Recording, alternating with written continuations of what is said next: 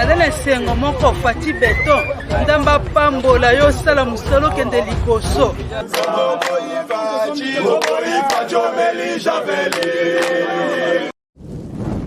Soi-disant, bon, naza licencié, naza docteur en droit, naza docteur en économie, naza gradué, mais bazo yiba, bazo détourner soni.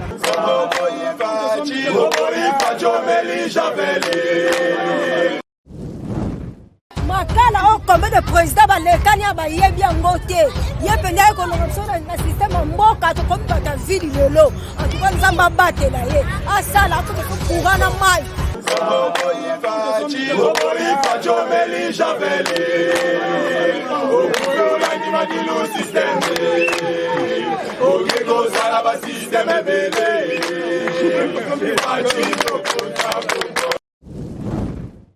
Mbote bingi na bino bandeko balandi tindika bosolo ezai bongo Ange Kashila oza bongo bosolo ba itandola bino natondi bino matondo mingi na ba bazwili bakuya kolanda biso libanda ya mboka to na kati ya mboka lelo bongo na kobeta masolo na mwana mboka Mardochen Sele azali bongo mokambi ya NGC lisanga ya sika mpona bato na mayele te mpona kotombola ekolo kasi nengwana yende tokobeta penza masolo azali susu moko ya bai ya société civile bai penza bazaka be mopanzi ya bai mboka tokobeta na epela masolo oyo etali penza mboka na biso Kongo na eleko oyo tokosala masolo tokosala mosala na ntina ya kotombola nkita toyoki makambo ebelebele ekolobama ekolelana pamba te mboka to ekolo na biso ese ekomaki lokola fulu moto nyonso akolinga asala eloko oyo ye alingi bakolo mboka babandaki koyebana te kasi sikaba bakolo mboka baningi batia bango mobeko ete na babibonga songolo pakala ekozala be bakongole nde bato bakokonza yango to bakokamba na bapaya oyo basi bakota kala bango nde bazoboya basi babatama na se ekozala na nsima ya bakongole te bango baza bakongole soki ozali kongole koki koboya lwa wana mpona nini eza mpona kobatela bandelo to ekolo na biso na yango wana mwana mboka Mardochen Sele topesi yo mboka mpe toyambi yo malamu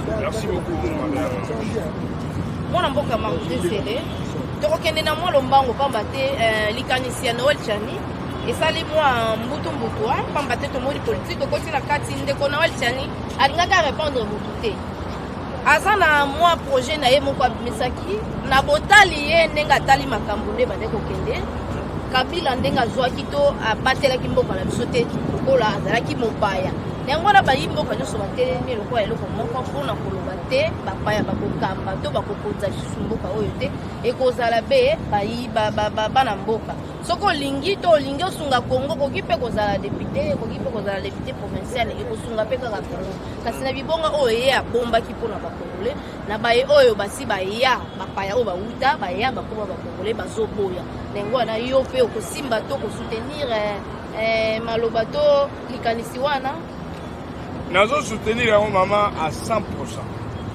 Pour ani na lobi 100% parce que oyebi ke Congo na biso Congo démocratique. Eza mboka moko exceptionnel. Parce que eza ami balete les plus riches du monde na mboka. Eza Congo oyo ya biso. Congo ya Tchani, Congo ya Tshisekedi, Congo ya Kabila na ba Congo na biso, ça dit que balwa oyo ba voter na mboka oyo, ils doivent tenir compte de la particularité ya mboka na biso oyo eza richesse na biso. Par ressources na biso. On doit comprendre maman. Alors moi je trouve pas pourquoi batu baza agiter ma casse. Batu ba kolenga. Les gens font des sorties de la na lokola balingi balongola penza ndeko Moïse Katumbi. Est-ce que Moïse Katumbi azam métis, l'unique métis ya mboka oyo. Oyo azaka politicien. Déjà, Daniel Safa melaka diamba. Place on a melaka diamba. Moi je peux pas prendre en considération pourquoi Daniel Safa. Moutou d'ailleurs des bébana diamba. Donc soit à lobby, ça me fait ni chaud ni froid. Nous sommes dans un pays où la législation est dans la comparable dans de l'ennemi de près. Moi je te dis, nous sommes dans un pays où tout était par terre. Congo est là, la pongi, l'angwa qui n'a pas ma vie. Et il y a une minute où on a posé que Congo n'a pas de tombe. Alors, il faut développer plus de mécanismes de protection et de ressources. Vous voyez, papa, Yuma, André Yuma. À ça, il y a une révélation à Wabi, non? Un moment, Bami n'a pas de diamant. Et Yanni, Bami n'a pas de Katanga. Parce qu'on a un bon bateau. Bon, on a un bon hôtel. On va pas na baba. bazwi bambongo nde bazongi pour survivre. Vous comprenez? Ce qui n'était pas bénéfique pour notre pays. Et maintenant que il y a un service de sécurité, et dans la police, et dans l'armée, les expatriés sont là. Comment on a barondé tu peux te rendre compte que dans ce pays, Chinois et Pakistanais, à cause de la courage, il y a un peu de mboka, chiffre la mboka, laissez passer les tarjis et où tu as haut tirage parce que Kabila est mort.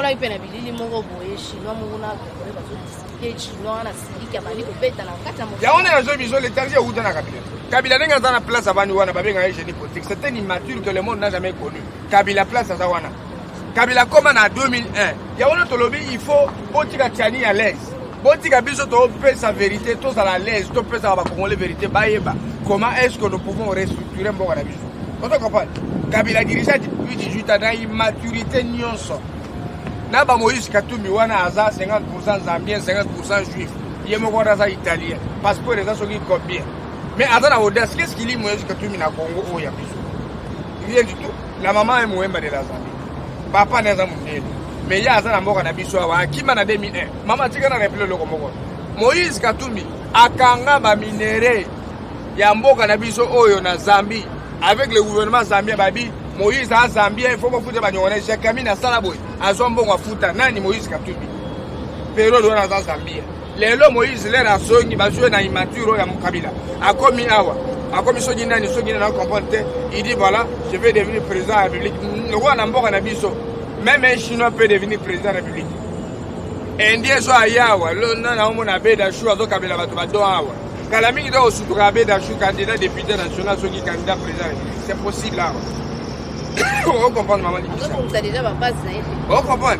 Alors il y a un moment que Noël Tchania réfléchit en tant que républicain. Protecteur, il y a bon canaillé. Protecteur, il y a une institution. Tout il y a ingérence. Comment expliquer que je suis français? On a ceux qui italien. On a ceux qui n'ont pas papa na yo. On comme président de la République. Moi quand on est comment? Et comment donc diriger président de diriger et vous allez diriger entre France et République démocratique du Congo. Si vous bango bazala katobe na bana soli ba karamushi. Baza mayele, bambala. Koko sutuka boye, français a comme ministre. Namboko c'est possible. Yango na moni to banga, to bi ba richesse na biso, il faut to vérifier la poste clé le roi président de la République. Ozala congolais du sang. Ozala congolais du sang. Papa, maman congolais, léo comme président de la République. Pourquoi ça fait mal? On n'est pas congolais que lorsqu'on est candidat président de la République. On n'est pas congolais que lorsqu'on a l'impression comme président de Mboka. On est congolais, attention, on est congolais. Ça te va comme ça, maman. Yo ibi batu comme va souffrir pour la nationalité congolaise. Yo comme na Mboka na biso distraire biso pendant que tu nous as au sali biso ba mentir rebelle. Et tu n'es pas l'unique. Et puis ndeko moi to éviter lo ni sala maka. Bande ko bato benga ngani États-Unis ba komeninga mama ange. Tozala ba Rwandaise moko bazwa nationalité 2008 c'est 2012 awa balongwa à partir ba uti na bango Rwanda mais nationalité landi bango à partir awa ekeiti pour donc éviter pour la bino pe boza bato ko kaka ko yeba makambo na zo bimandenge ni pamba te moi ba mutu to biloko bongo ezo bimaka na lolenge ni pona ko yebisa ba yimuko esaka to apuye kaka loi ya Noël Chani po ete to kanga ba bisika ngonyo so to ndenge ni yo moko soulever ngo yo moko soulever ngo na ba recherche na yo ki ba bengi yo ya ngona moni ke les tarji wana ba buzo ba nyonso wana ba no salama ça veut dire ko Kabila ya yeba ki importance ya ba Rwandais na kada mboka donc détruire biso ko ba de ko na biso à est au profit à minéré na biso. Oui bi au Rwanda sali usine moko à transformation ya nini ya or à 45 km à Goma. On a Rwanda or est à wa. Vous comprenez? Toutes ces histoires là, n'est pas comment les gens sont beaux ça. Goma wana ezaki na mobitu mezaki na modi zanzela moko ba or et ba biloko bimani. Maman, sur le côté de ça ya est wana. Ya ngona bandako zotonga mana ngolo bandako ko ya bandako tonga. Ya ngona nazo bisa omoni ndenge za wana sur le côté de ça à est. Torobunga nzela ya makambo to lo bali. Congolais ezali loko moko très important. Congolais oyo azoka na mpuwa na makila na yeki Congolais zo ganga au soutenir proposition ya loi Noël. Parce que on en a marre ya biloko wana. Parce que soki loi ezali au monde ke ekokata coup c'est fini. Na ba oyo wana baza aposa ba convoiter et bonga wana ya président. Pas ça la décourager. On comprend. Donc on a pour ça que les réformes sont effectives. Il faut qu'il y ait des réformes très effectives à tous les niveaux pour permettre aux Congolais de respirer l'air congolais, qu'ils jouissent de leur richesse. Ça ne veut pas dire que nos Congolais va expatrier, non, non. Venez ici sous votre casquette d'expatrié. Vous avez rendu deux niveaux. Vous avez regardé ça. Oh, pourquoi vous rendez Congolais sur nous? C'est impossible. Le Congo qui est sous la l'État libre qui est en Boka pour éviter. Il faut que Bakaka, si la Ngongani, Tata et Colopia, a terminé sur le corps de Tia, la Bateau, et ça, c'est quand il y a un mine de l'opéra qui est dans beaucoup de la mission qui est pas les abats frontières au Barakoto. Kasi ba yo basala kakuna penza bazo ibate pona nini batia ba bamba te kula soko za kana mosola toza na nini ba kolekisa yo ka pona ibite pona yo ko koloba ni to ko ipeka ko bete yango maboko te po eto ko bakana ni loko wana mama boyebi eloko wana ko memba ngona niveau chef de l'état wana za compétence chef de l'état kasi ya sana bato ba ko sai sai mosala na yebi ya ce qu'on appelle hiérarchisation de pouvoir kasi ya sana ba ko sala na mo sala chef de l'état la première institution ya ko toza na assemblée toza na gouvernement national toza pe là comment dit par exemple kuna na kati ya RV ya wana service wana ezali ozomo ya suivi ya fonctionnement ya ba nini wana nyo kwa nini te kolongola ta bato wana kozangisa bango mosala te kasi kotinda bango bisika mosusu koluka baye mosusu kopesa bango mate ya kolakisa bango ntina ya bandeko il n'y a jamais eu de mauvais trucs mais il y a toujours eu de mauvais chefs ya wana nazo biso omoni kaka na kota rapport wana hiérarchie wana ezaki mama il n'y a pas longtemps yoki barevelation kuna na rapport ke bambongo ebunga ainsi de suite ya balecharge ebele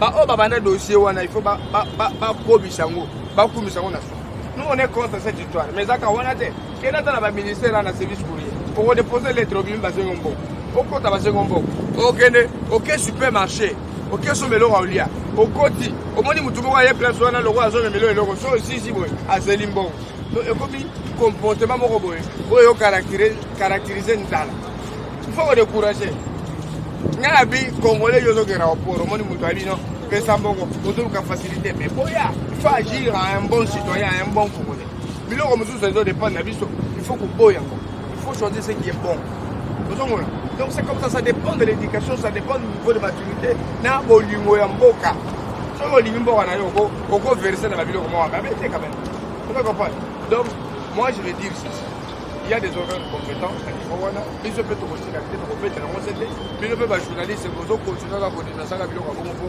kongo ekoma propre to asinir quand même kosala na kata ndeko mwa maloba susu na makambo nde tandi sikoyo toza eza ndako ya bato bakeni mibeko kasi tokokende deja ya mbula misato mibale ata mobeko moko ekelami te kasi matata ezala kaka ya misolo soki misolo nde tokoyoka deja bango basali ya mtoko kasi tonayebi te na kati ya bademite to balobeli oyo biso nde toponaki topesi bango kifonga mpo akolobela biso bayimboka na makambo ebele oyo tokoki kobandela pamba te kongo ezala nano te kongo ekufa kala bamisusu babi kongo eza na kati ya libulu kasi mpona kobenda kongo wana ekosenga mpenza bokasi ya balobeli bakozala bango na makasi ya kokanga te kasi koloba bango balobakisaka mpe na bifo bakasi kotala biloko bango bazali kokendesina na kati ya badésordre bango bazelaka kaka actualité moko neti noel chadi bakomi koréagir mais oyo bango bakendaki totindaki bango na bakosala te onayebi te mpo na yo oza na liste politique oki koloba te oyebi ke question wana eza question moko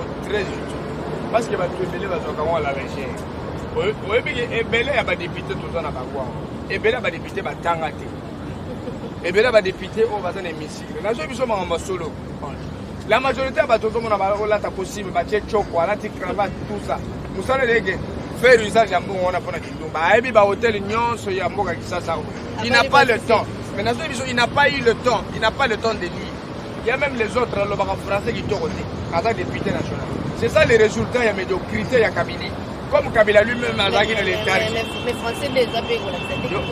mais ebongo mayele bayebaka mutu oyebi mutu un homme intelligent attention asala mabe okosanti na elobela te na kokoma na ye ozo comprendre so otali déjà un homme intellectuel yoka so omoni intellectuel asa tie chok donc n'attendant pas quelque chose de bien on comprend les gens sont là rôle na bango eza kolégiférer on légifère en tenant compte de l'insuffisance, dans le secteur tel, dans la difficulté à place tel, on prend, on en fait un sujet, on légifère pour permettre au peuple de consommer, de vivre aisément. Vous comprenez? Donc dans le secteur minier, qu'est-ce qui se passe? Donc dans le social, qu'est-ce qui se passe? Donc dans le secteur tel, qu'est-ce qui se passe? Et quand ça ne va pas, on prend les dossiers à main, on exploite, on fait une proposition de loi, et les gens, il y a 10 ans, il y a KGFCC. C'était une aventure, nous avons. Vous comprenez? C'est ça les députés ici, tout le monde avait des députés à cash, parce que ce sont des députés convertis. La plupart des députés du cash ont fait un bon travail. Et quelques députés de la Mouka, il faut le dire aussi, parce que la Mouka qui fait le tour de là, donc à ça, qui proposition à loi, refusant, n'est-ce pas, la loi sur le fonctionnement de la CENI. Et ça qui est avancé significatif. Mais Batouana, les lois qui étaient adoptées et votées, ce sont les lois qui n'étaient même pas prioritaires ni nécessaires. 204 lois. On comprend que Batou va faire l'aventure. Alors, téléchargement, ni une délivrance sans téléchargement. Ni c'était l'union sacrée de la nation, on ne pouvait rien espérer. Mais je pense qu'avec l'union sacrée de la nation, il y aura quelque chose de bien parce qu'il y a déjà des questions très sensibles. Les lois, si ici, il y a des CENI, hein, je pense qu'au bout de 6 mois.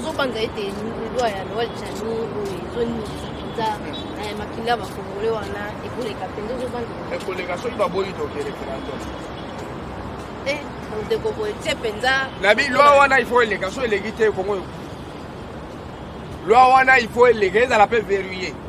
Donc,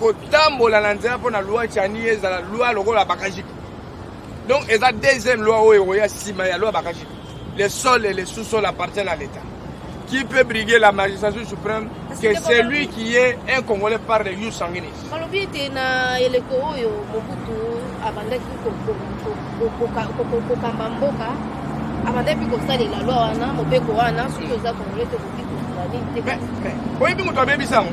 Et là, musée au Laurent Désiré Kabila, le héros national. Le héros national, jamais. Les porteurs du malheur du Congo, c'est musée Laurent Désiré Kabila. Maintenant, la députée, la proposition de la loi, on a retiré papa on a sur la liste de ceux qui ont héros. Il y a folie, il y a libération, une soi-disant libération, il y a la libération. Il y a un article 17, il y a manifeste de l'encelé. Parce que contenu, il y a article, c'est le même contenu avec la proposition de loi, il y a Noël Tchani. Alors, on a poubelle quoi, pour Rwandais va sur place dans Mboka, Rwandais va sur la poste de commandement. Il connaissait ce qu'il faisait. Et son immature de fils, lorsqu'il est venu, il a fait la même chose. Tshisekedi a hérité le pays dans des conditions sales. Il a hérité un système sale à tous les niveaux. Administration publique, personnel fictif, agent fictif, et belé, ministre de ramassis politique, besoin de politique, comme député, ministre. Ce qu'il peut faire pour le pays, il ne connaît pas. Excusez, il y a une carte visa. Directement, il faut que la démon incarné. Il faut que la ndoki maquilla et qui démon et les autres tourner dans d'autres noms pour se comporter ici. Détenir une carte visa. Et puis en même temps, il s'en prend à Israël Mouton. Ceux qui vont mettre à Israël Mouton, mal à l'aise. Puis ils ont fait un mal à l'aise. Israël Mouton, c'est un grand journaliste d'investigation. C'est pourquoi nous disons que nous ne pouvons pas céder aux intimidations, à toutes ces bêtises-là qui circulent partout.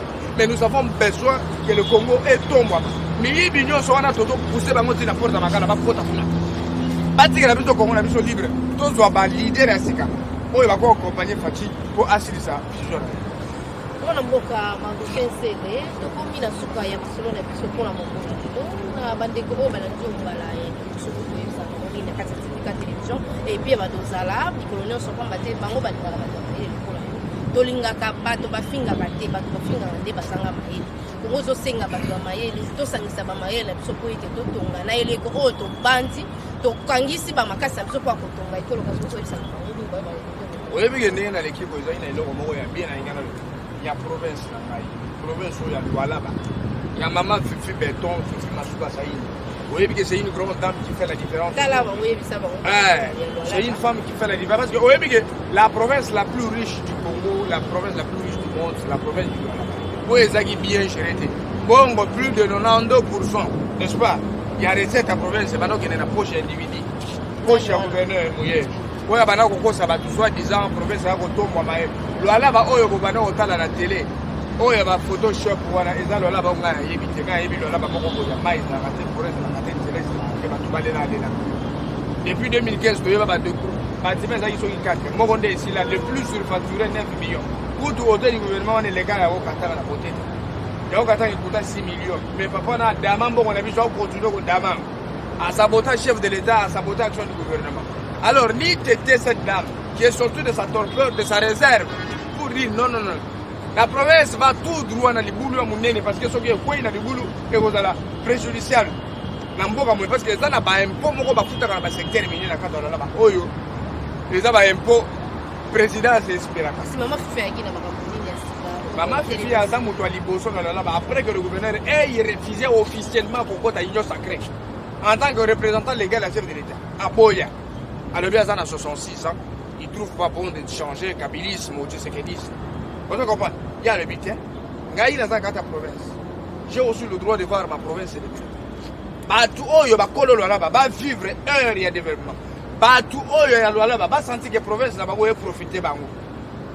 Selon vision chef de l'État. Comment expliquer biso toza ba autorité établie? To représenter de l'État. To vivre sans vision na ndenge ngana ke union sacrée. Leur maman a quelle union sacrée? Batou le bien à traite. Comment expliquer moto a quelle azaj sous-traite parce que Fifi a le bien à soutenir chef de l'État. À Kekuna a le bien non, chef de l'État il faut ouvrir l'œil. Voilà comment la province est gérée. La loi sur la régulation de province. Et le matin que province, il faut dans la compte 1104, 5, 6, 7, 8, 10, ne plus. Moi, j'en avais 7 ans, compte fictif. En dehors, compte trésor. Maman, compte où on est à loi là, besoin de Tubambo, on a besoin de la province. Et ça, taxe, mon coca. Taxe, mon coca, il y a tant que pour nous, mais il y a un compte à compte à trésor. Bonjour, maman. Les restes à Bambon, à l'entreprise minière, ils sont dans la compte fictif. Oh, il y a un yebi gestion, ni IGF, ni assemblée provinciale, ni maman Fifi, il y a un yeba kiti. Maman kaka yewana.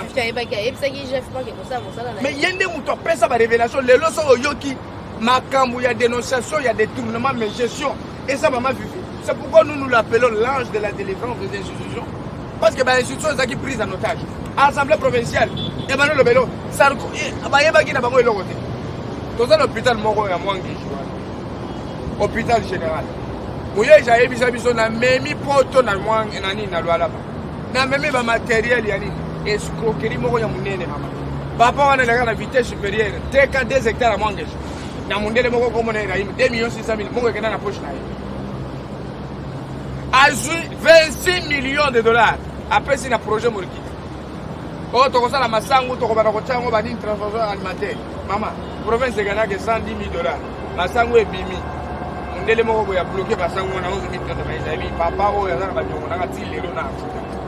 Masango ngwe zaka nani ya privé moko boye kutu nyongo ba futa te 3 millions.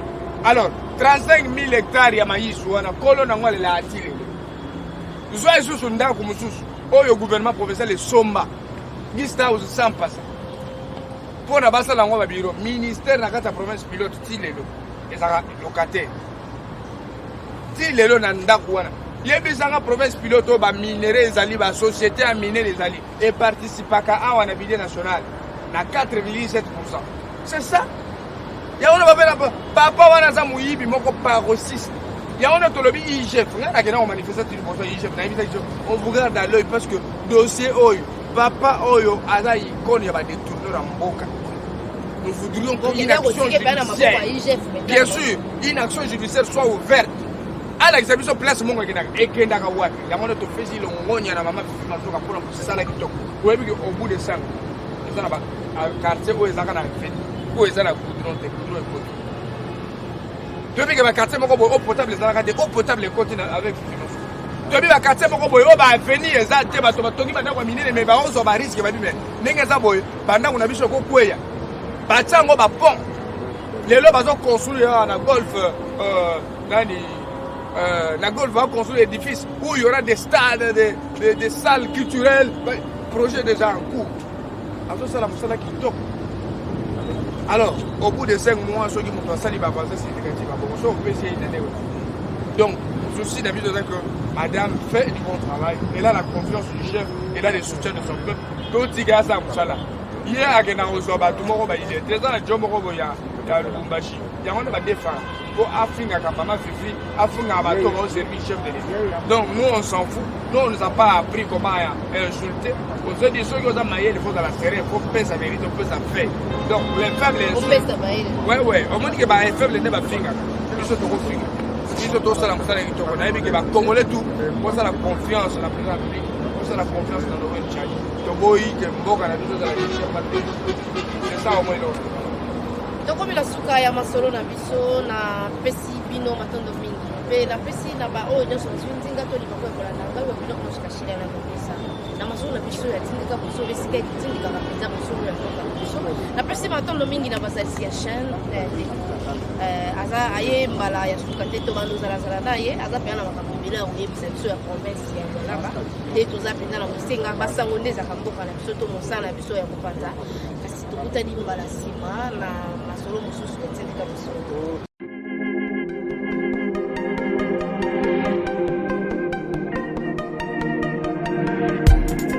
Après 25 ans d'expérience, eh oui, de 1995 jusqu'à ce jour, Elton Store, l'unique shop congolais de Londres, la Grande-Bretagne, il à Londres, et ça lui cause la fierté à la communauté nabiso, et surtout, il y a un homme d'affaires congolais sérieux dans la diaspora. Oh yes. C'est créé Elton Store et Sali Kakamoko, le sérieux, à quel na service qui tourne à client naïe. Avec ma produit naïe, où il y a première classe, il y a qualité supérieure. Oh, il y a ma bombe à Eden Store. Oh yes, mon crime au bimbe yeba. Ma maman à Londres va confirmer. Eden Store, c'est le perso des produits cosmétiques. Il y a solo produits originaux. Et yes, les alipes perso à produits alimentaires, naturels et organiques. Au travers de nos produits cosmétiques, Eden Store détient le secret. Secret ya solo. Oya poso ya mama mwasi kitoko. Poso ya mwasi penza basali kolula. Poso ya mwasi mobala kotala ya alembate. Poso soko tamboli masanga sima. Eh oui, yango ne ba produit ezoteka na kati ya Eden Store. Na ba produit alimentaire. Oya Eden Store, yango de secret ya cuisine ya mama congolaise. Eh oui, nyonso ko se pensa mobali na yo ezali. Pondu, matembele, ngai, ndole, fumbwa, ndunda, bilembwe, oyo nyonso penza, oyo kobonga pona cuisine na ezali. Oh yes. Olingi mobali na yo asepela na yo libela na libela. Olingi mobali na yo atala kayo lokola mwasi azali kolula sika. Oh yes. Olingi mobali na sisa biloko nyonso tiela kaye na mesa. Secret zali kaka moko. Eden Store.